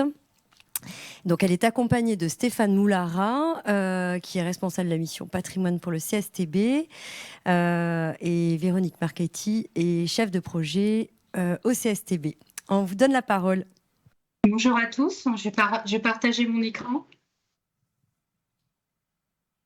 Donc bonjour à tous. Donc on va vous faire un petit retour sur l'étude que nous avons menée avec la Fédération nationale des sapeurs-pompiers concernant des outils destinés à la protection des œuvres patrimoniales en cas d'un risque incendie. Donc cette étude, elle a eu pour objectif, d'une part, d'établir un état de l'art sur les outils de protection existants, donc protection existante, outils de protection à la fois passive et active. C'est-à-dire qu'on a aussi balayé tous les aspects sprinklage, brouillard d'eau. Elle a eu pour objectif aussi de développer certaines méthodes de caractérisation de protection passive. Donc là, c'est ciblé sur les bâches ou couvertures et d'apporter des préconisations dans ces outils de protection passive. Alors, ces protections bâches, couvertures ou housses, donc il y a des dénominations un peu différentes en fonction de leurs caractéristiques, doivent assurer une sauvegarde temporaire d'environ une demi-heure avant l'arrivée des services de secours ou du déclenchement des systèmes d'extinction automatique ou manuelle. Donc, ce sont des outils de protection qui ne sont pas des écrans par feu, mais qui sont là pour protéger temporairement. Donc, on a élaboré dans ce contexte des protocoles de caractérisation de ces outils en développant des nouveaux essais au laboratoire et en s'appuyant sur des bancs d'essais existants et en adaptant des standards normatifs européens. Dans le cas, donc on a regardé deux propriétés. D'une part, donc les propriétés de transfert thermique. Dans ce cas-là, on a utilisé des essais qui sont normés, qu'on a adaptés, qui sont des essais au cône calorimètre. Donc que vous pouvez voir ici sur cette photo. Cône calorimètre parce qu'il y a un cône qui émet un rayonnement et qui va agresser par ce rayonnement thermique la surface de la bâche, couverture ou housse qu'on va positionner sur une boîte inerte et dans laquelle on va mettre des capteurs de température pour voir quelle est l'élévation de la température au cours du temps lorsque cet outil est soumis à ce type d'agression. Et donc, plus la température enregistrée en contreface est basse, donc en contreface, c'est-à-dire en contreface de la bâche, à l'intérieur de la boîte, est basse, plus efficace sera la protection face au rayonnement thermique. En fait, cette boîte, le fond de la boîte représente un peu la surface de l'œuvre à protéger. On a aussi réalisé des essais de caractérisation d'émissions de composés organiques volatiles, qu'on nomme COV, sous différentes températures, afin de détecter si des polluants potentiellement dangereux pour les œuvres pouvaient être émis par l'outil lui-même qui est agressé par le feu. Dans le cadre de l'étude, on a ensuite changé d'échelle au niveau des essais et on a réalisé des agressions sous des feux réels en présence d'œuvres sacrificielles telles que des tableaux sur châssis peint, du mobilier, des petites collections papier ou textile sous des vitrines. Et les scénarios feu ont été fixés à partir de données statistiques. On a ensuite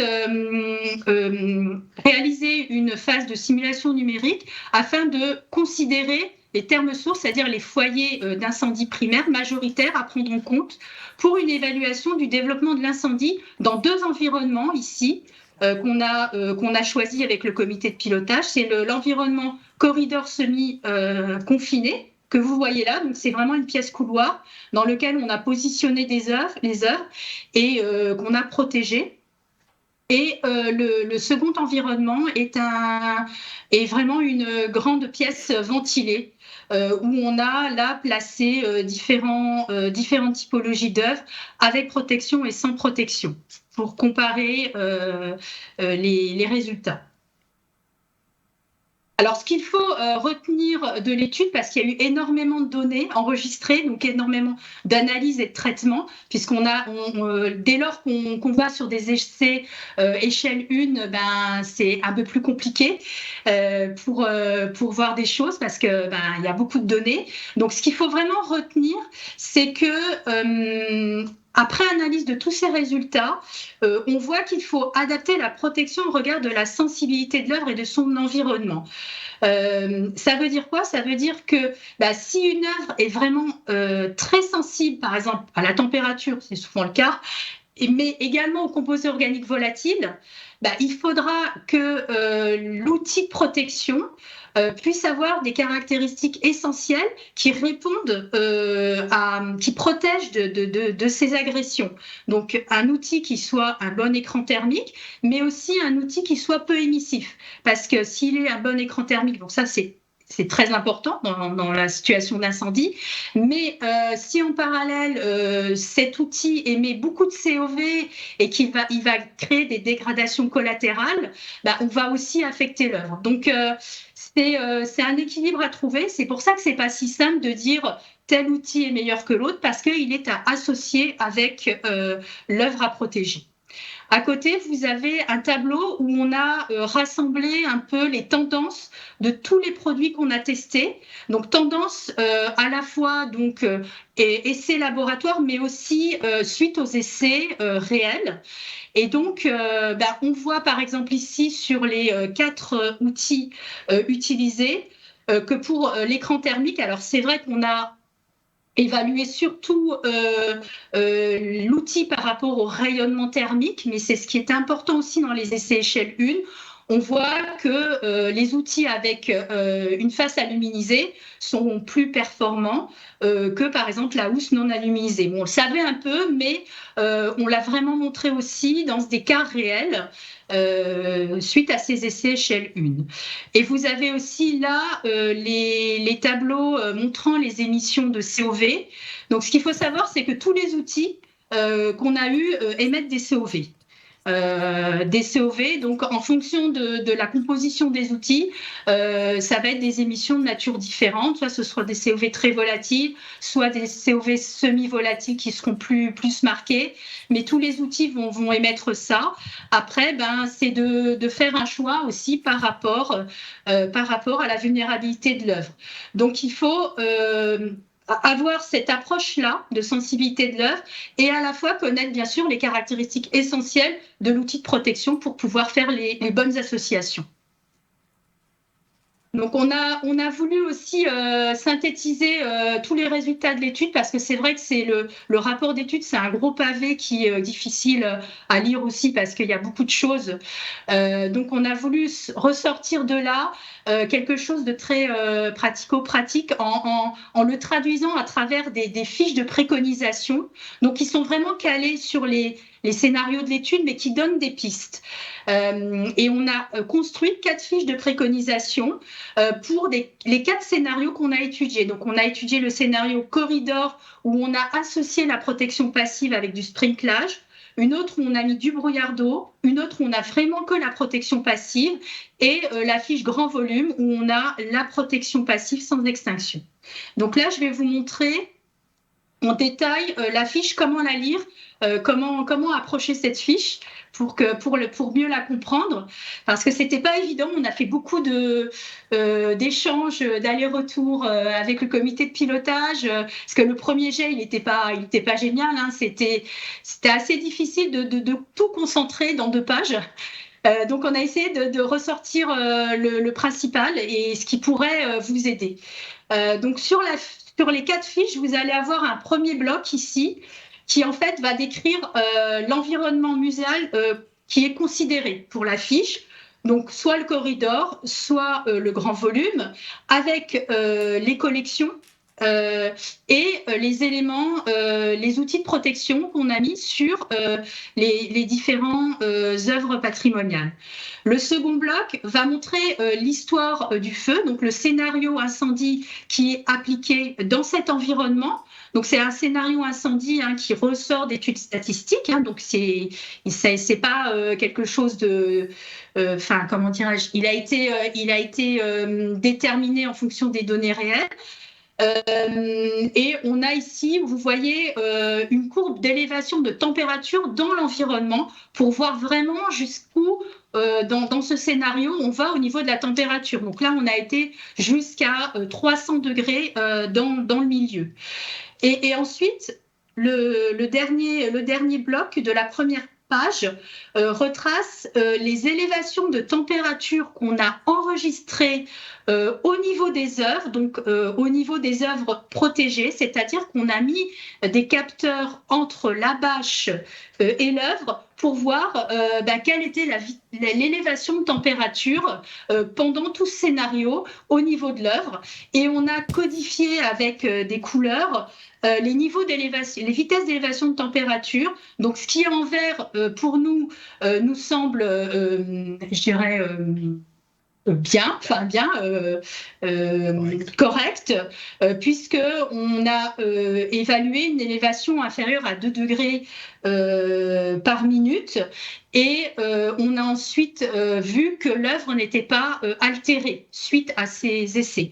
En orange, ça montre qu'il y a une élévation qui est un peu plus élevée et que potentiellement l'œuvre elle pourrait être touchée,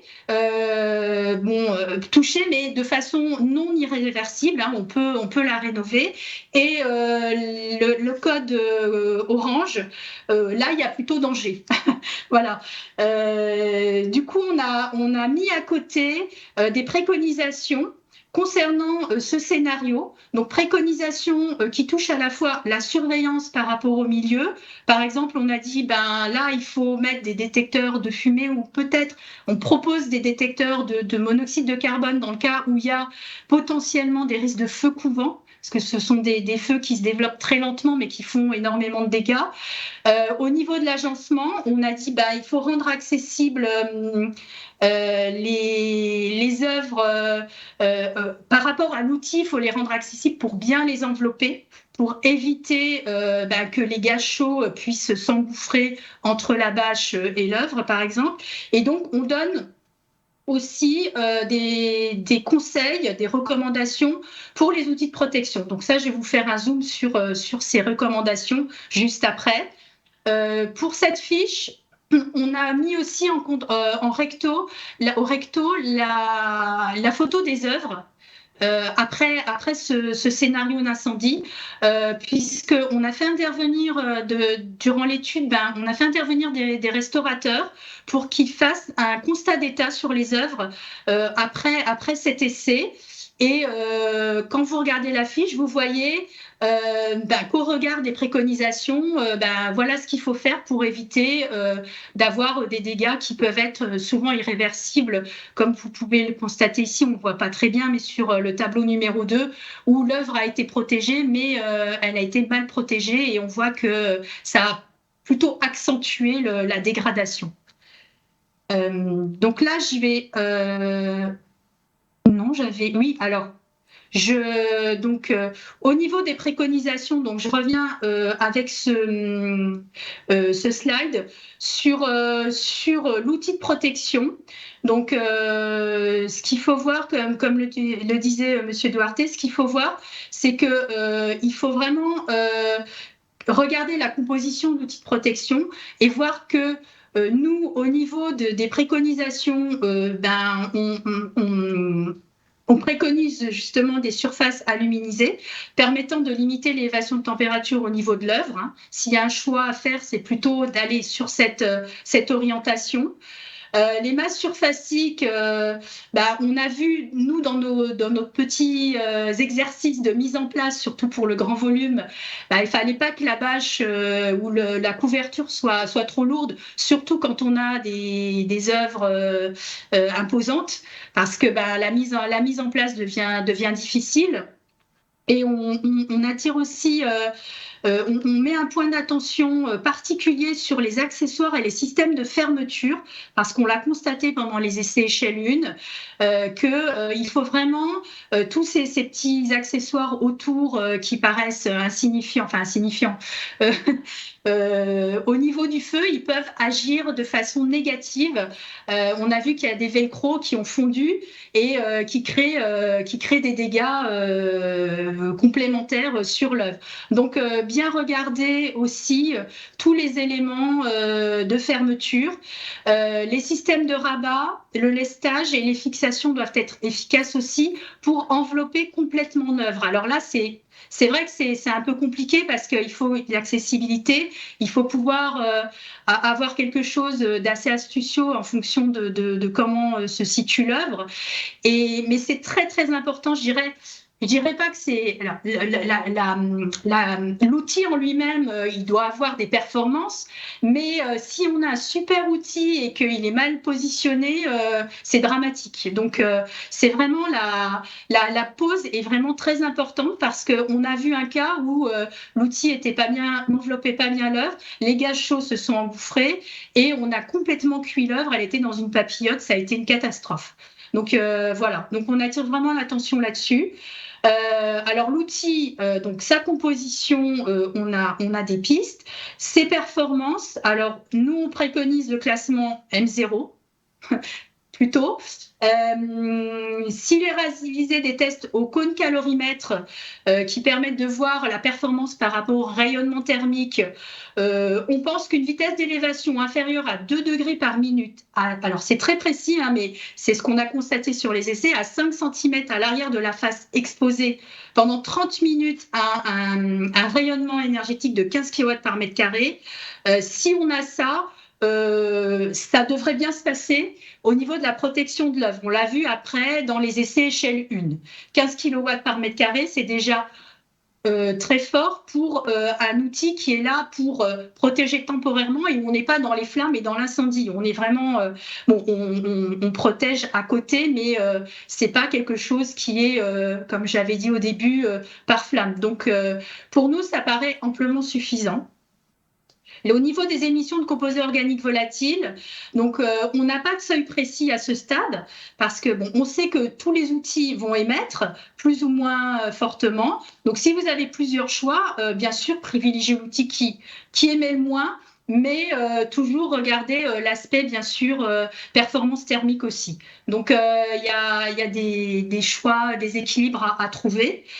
Après, ce qu'il faut savoir, c'est que dans le cadre de cette étude, on n'a pas pu malheureusement regarder les performances complémentaires au niveau de l'imperméabilité à l'eau, la résistance mécanique, notamment lorsqu'on prend des extincteurs portatifs. Ça nous avait été demandé, mais on n'a pas eu ni le temps nécessaire, ni les moyens pour le faire. Et aussi la durabilité, puisque en échangeant avec les fabricants d'outils, ils nous ont dit oui, nous on se pose des questions sur l'usure suite aux différents exercices. Quand on ouvre, on déploie l'outil, on le rentre. Le vieillissement durant la phase de stockage, est-ce qu'au bout de 5-6 ans, ou même avant, est-ce que l'outil conserve toujours les mêmes performances? Ça, on n'a pas de réponse parce que on n'a pas de protocole encore existant là-dessus. Donc, on y réfléchit avec les fabricants d'outils. D'ailleurs, actuellement, on est en cours de réflexion.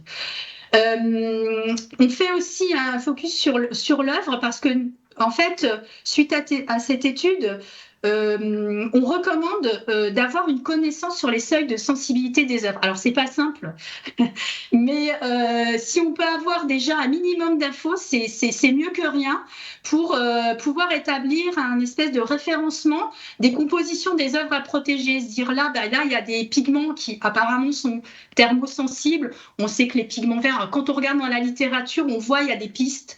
Peut-être se faire un petit référentiel pour dire attention, là c'est plutôt la température, c'était voilà. Là, on sait qu'on a des données sur des COV où ces compositions-là sont très sensibles au COV et ça permet d'orienter aussi l'outil de protection. Donc, et l'objectif, le but ultime, ce serait de construire un référentiel de vulnérabilité pour les œuvres à protéger. Donc nous, là, au CSTB, on est en cours de... On suit une thèse, donc on encadre une thèse avec Stéphane, justement pour définir des méthodologies pour voir les seuils de vulnérabilité. Là, on est ciblé sur les pigments des peintures sur chevalet et peintures murales. Pour voir justement, en fonction de ce qui est déjà existant dans la littérature, comment on pourrait faire pour déterminer facilement certains seuils et pouvoir construire ce référentiel. Voilà, je pense que j'ai terminé. Merci beaucoup Véronique, merci à Stéphane aussi d'avoir été présent. Je pense que l'intervention que vous venez d'avoir, celle de Véronique, Stéphane et de Jean-François Duhart, permet quand même de montrer que la bâche, c'est peut-être pas le remède à tous les problèmes, à toutes les solutions. Et puis surtout, je pense que ça transparaissait quand même assez clairement l'usage qu'on en fait, l'accessibilité aux bâtiments. Enfin voilà, déjà, est-ce qu'il y a quelqu'un qui pourra poser cette bâche ? C'est déjà la première question à se poser. Est-ce que les œuvres sont adaptées au bâchage ? Parce que vous avez compris qu'il faut que les bâches soient accessibles et qu'on puisse créer des atmosphères étanches pour véritablement les protéger des gaz chauds. Enfin voilà, toutes ces questions, je pense à la fin aussi des présentations de Véronique et de Jean-François, vous avez aussi des pistes pour établir des cahiers des charges s'il est nécessaire que vous devez acheter des bâches. Donc je pense que vous avez les éléments maintenant pour pouvoir faire des choix et des bons choix quant à l'acquisition de ces matériaux. Alors, on a la chance d'avoir encore Véronique quelques instants. Elle devra nous quitter un peu plus tard dans l'après-midi. Donc, avant la pause, on vous propose de leur poser des questions tant qu'ils sont encore là. Donc, profitez-en. Sur la question de la mise en œuvre des bâches elles-mêmes ou des tests qui ont pu être réalisés. Alors que ce soit dans la salle ou en visio, vous pouvez vous poser vos questions par l'intermédiaire de Juliette Rémy. Voilà, je vous laisse la parole si certains d'entre vous veulent le micro.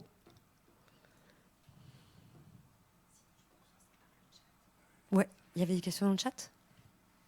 Alors on va passer à la question du chat. Oui, alors je relaye plusieurs questions du chat. Donc déjà des remerciements pour les diverses interventions très très intéressantes.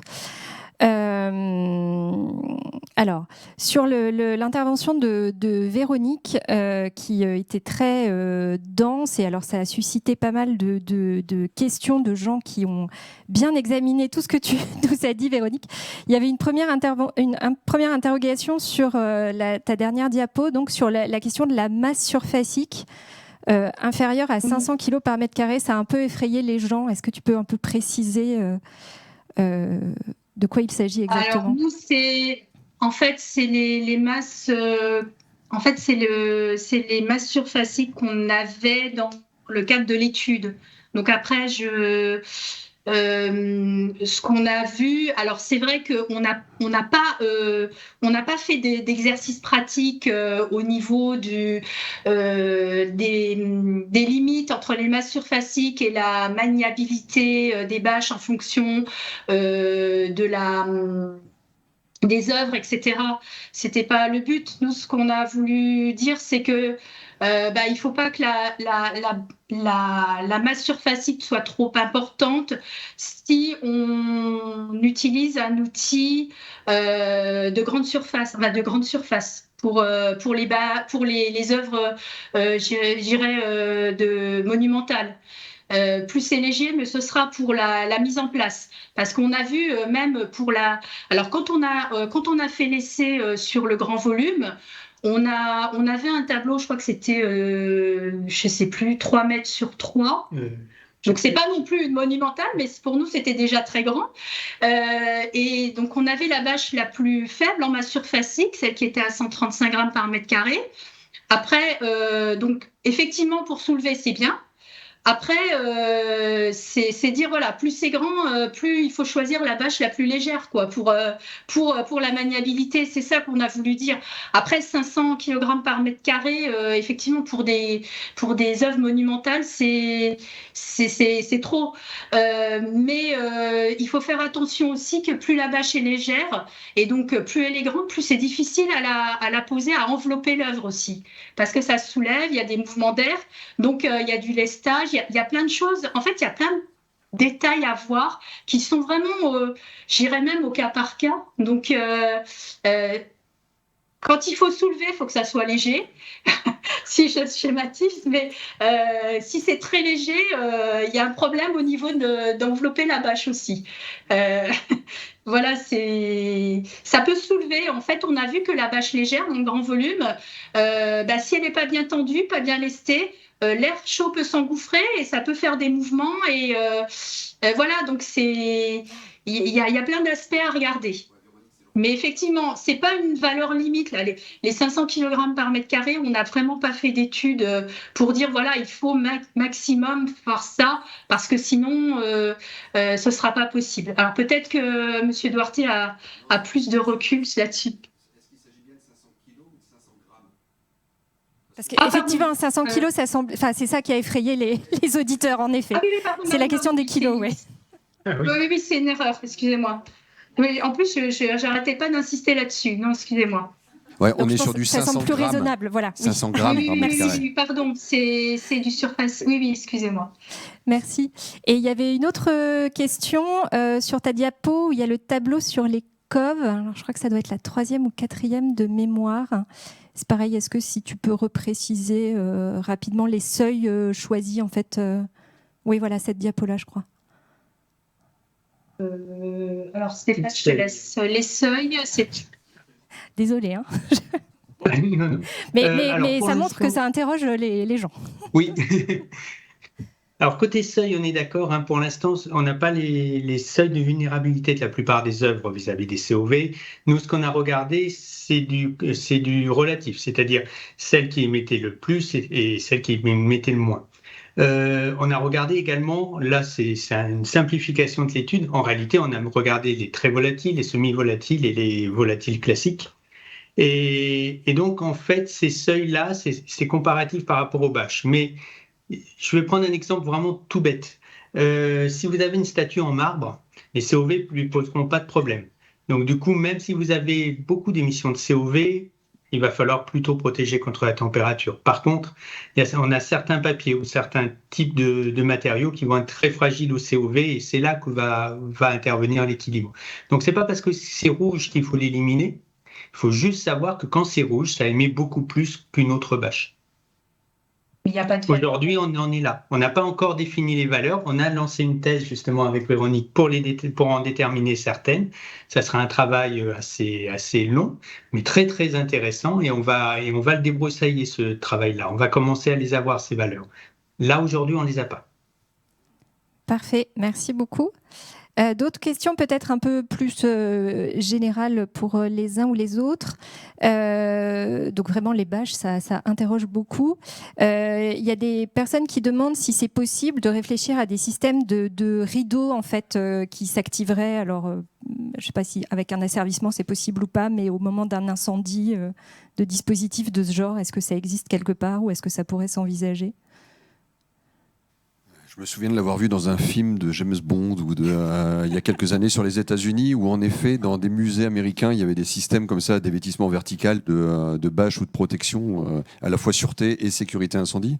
Je ne crois pas que ça se soit développé en France encore aujourd'hui parce que derrière il y a des contraintes de mise en œuvre qui sont aussi extrêmement importantes et puis on est vraiment sur quand même de l'épiphénomène. Donc est-ce que de venir créer un automatisme supplémentaire avec de grosses incidences techniques, est-ce que c'est judicieux ?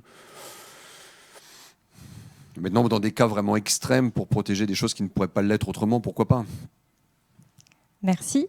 Il y a également des gens qui s'interrogent sur la pertinence d'utiliser ce dispositif de manière un peu permanente pour des œuvres monumentales qui seraient dans les réserves. Est-ce que se dire qu'on laisse une œuvre sous bâche ou un meuble à plan sous bâche, est-ce que ça peut être une solution satisfaisante ? Alors, peut-être juste une première réponse peut-être.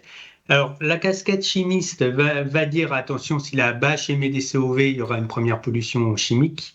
Donc, il ne faut pas que l'œuvre soit fragile à ça. Et puis, ma casquette côté moisissure. Ne créez pas des condensations sous les bâches tout permanentes, parce que là, après, vous allez m'appeler pour les moisissures.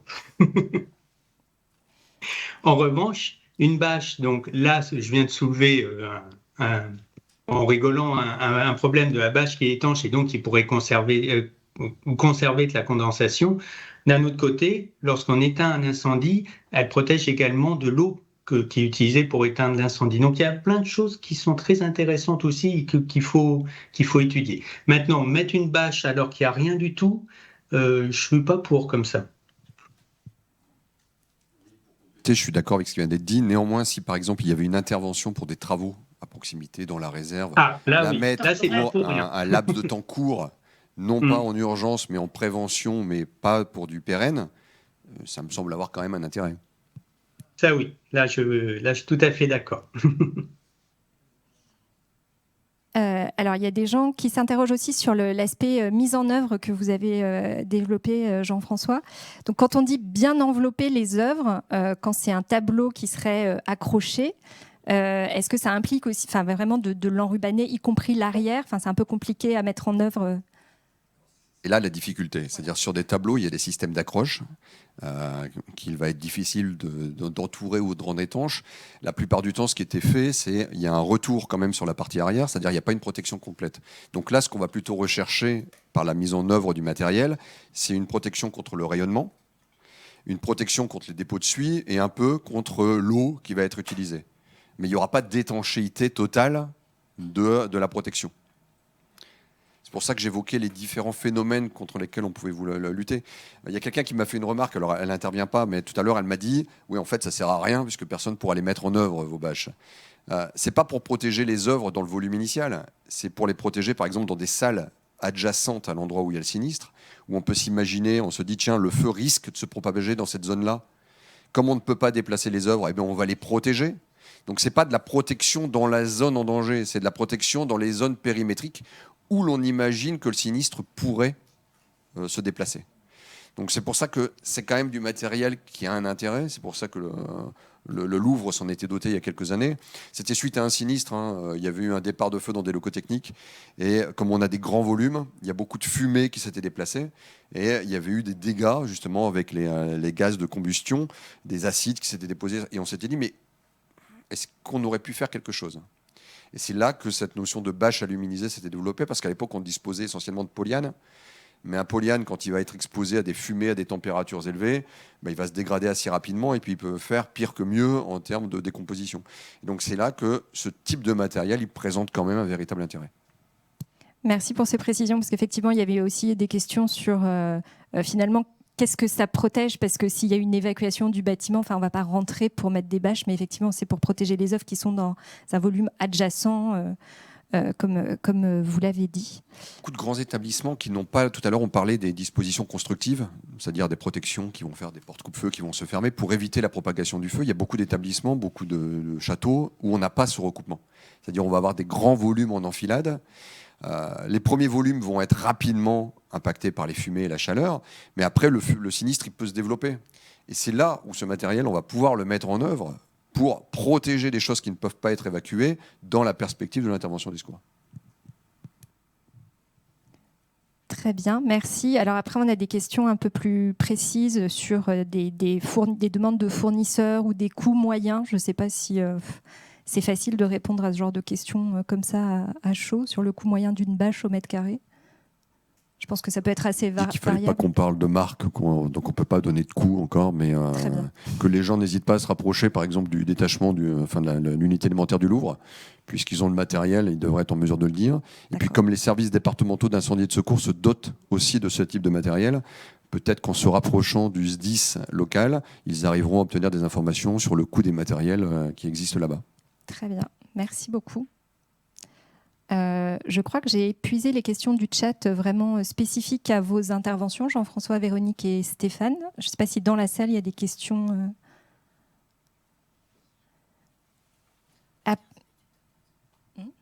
Alors après, j'ai des questions un peu connexes sur les extincteurs. Mais bon, je ne sais pas si ça rentre spécifiquement dans le sujet avec les questions d'additifs. Est-ce qu'il faut plutôt des extincteurs avec additifs, sans additifs? Bon, c'est des questions peut-être un petit peu connexes. Après, j'avais des questions peut-être plus générales, Marie et Jocelyn, sur ce que vous avez dit en début de séance. Des gens qui s'inquiètent du choix de l'emplacement des réserves d'approche et réserves générales et qui se disent mais si j'ai choisi un endroit pour ma réserve d'approche, c'est que je ne peux pas y aller parce que c'est couvert par le sinistre. Et ben, comment on fait? Alors, on en parle dans la foire aux questions. Ah, c'est parfait. Merci pour votre question, vous anticipez la fac. Et il y avait une autre question sur une personne qui manifestement travaille dans le seul établissement culturel de sa ville et qui s'interrogeait sur la pertinence de mutualiser du matériel avec des collègues, mais qui serait un peu plus loin du coup. Et est-ce qu'il y a une limite de temps d'accès, de kilomètres avec laquelle c'est plus pertinent de pouvoir mutualiser du matériel?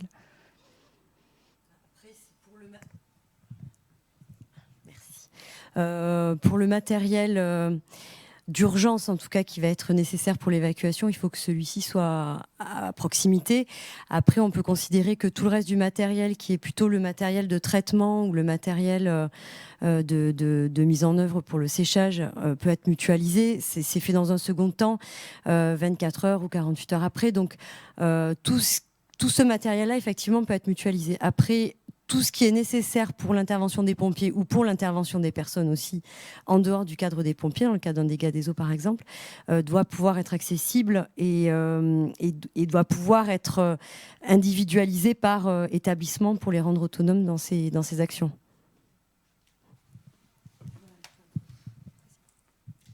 Merci. Et oui, j'ai une dernière question sur l'utilisation des bâches, encore une fois. Est-ce qu'on peut imaginer utiliser des bâches sur des contenants type des meubles à plans, des vitrines pour les protéger? Est-ce que c'est pertinent d'utiliser les bâches dans cette configuration-là? En tout cas, dans les photos qu'on vous a montrées, il y avait un exemple de mise en place d'une bâche au-dessus d'une vitrine. Et dans les matériels qui ont été présentés par le CSTB dans le cadre des essais, il y avait aussi du matériel qui avait la forme d'une vitrine pour être positionné rapidement directement dessus. Ça va protéger là essentiellement du rayonnement. C'est de faire en sorte que la lumière, l'intense lumière émise par le foyer ne puisse pas dégrader les œuvres qui sont derrière. Je vais rebondir juste sur la question qui a été éludée des extincteurs. Il y a peut-être des conservateurs parmi nous, ou des conservatrices. C'est un sujet qui est très intéressant parce qu'en France, on utilise plutôt dans les espaces muséographiques des extincteurs à eau sans additifs. Enfin, c'était les recommandations qui étaient faites. À l'étranger, ils utilisent des extincteurs poudre. Et quand j'ai posé la question à des conservateurs dans des pays étrangers, ils me disent « mais nous, on préfère nettoyer l'œuvre alors qu'elle a reçu des poudres que de traiter l'œuvre qui a reçu de l'eau ».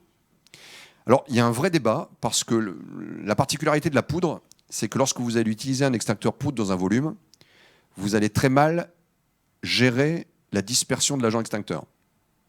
C'est-à-dire vous n'allez pas l'envoyer que là où vous voulez éteindre, la poudre va se répandre dans tout le volume. Donc s'il y avait d'autres œuvres, vous allez en mettre partout. Donc après, mais si ça ne gêne pas les conservateurs, mais là moi je ne suis pas conservateur, d'après nettoyer toutes les œuvres, il y a un véritable sujet. Quand on utilise des extincteurs à eau, on arrive à avoir une action plus ciblée. Maintenant, d'un pays à l'autre, les recommandations changent. Alors, si je peux me permettre de compléter.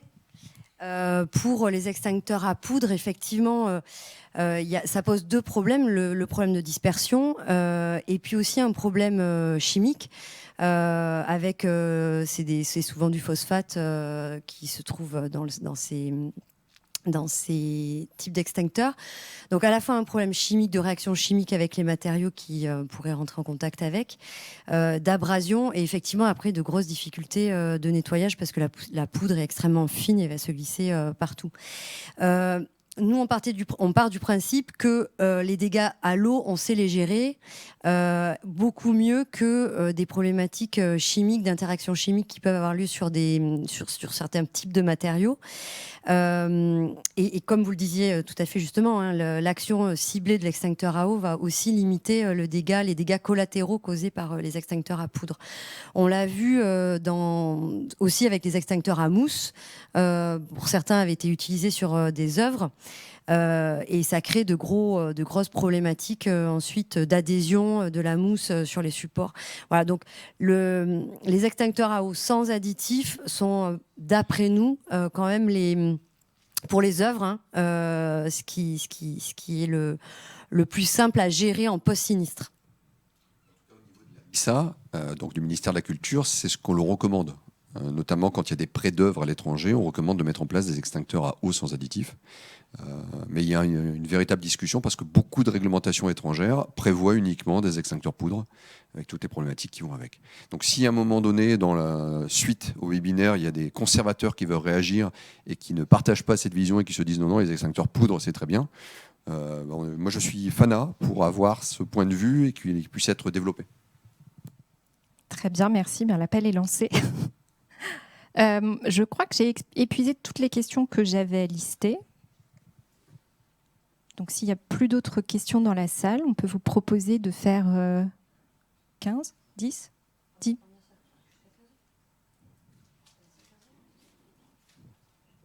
« 15 minutes de pause à 16h. Non ?